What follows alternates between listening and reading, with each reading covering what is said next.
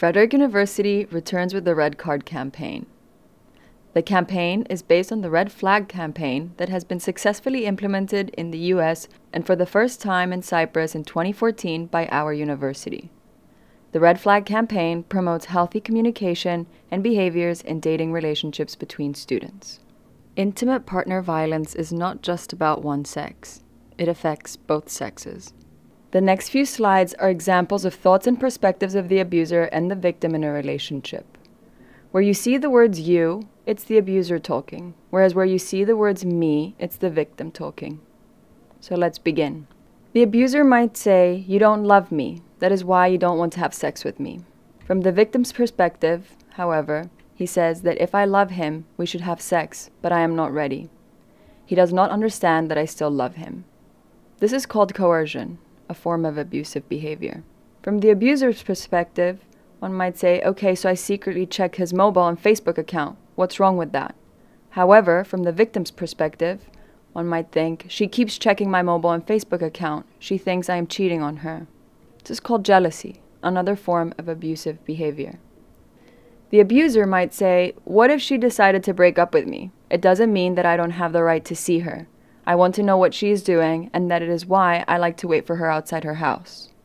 From the victim's perspective, however, I am afraid. He turns up everywhere I go. He is waiting for me outside my house. He keeps calling me and checking up on me. He cannot accept the fact that it is over. This is called stalking. The abuser might say, I love him so much that I cannot stay away from him. I need to make him stay with me. He cannot just leave me. He is to blame that I am a mess. From the victim's perspective, however, she says that if I don't go back, she will kill herself.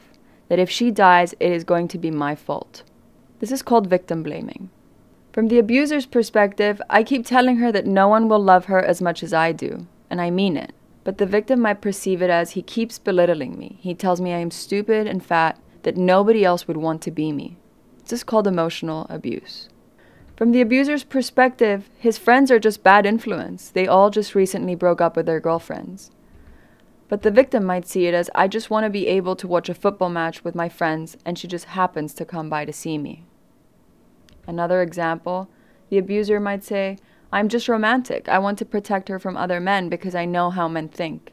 But the victim might look at it as, he won't let me come to the university on my own, and he won't let me talk to my fellow students. He says that everybody is looking to take advantage of me.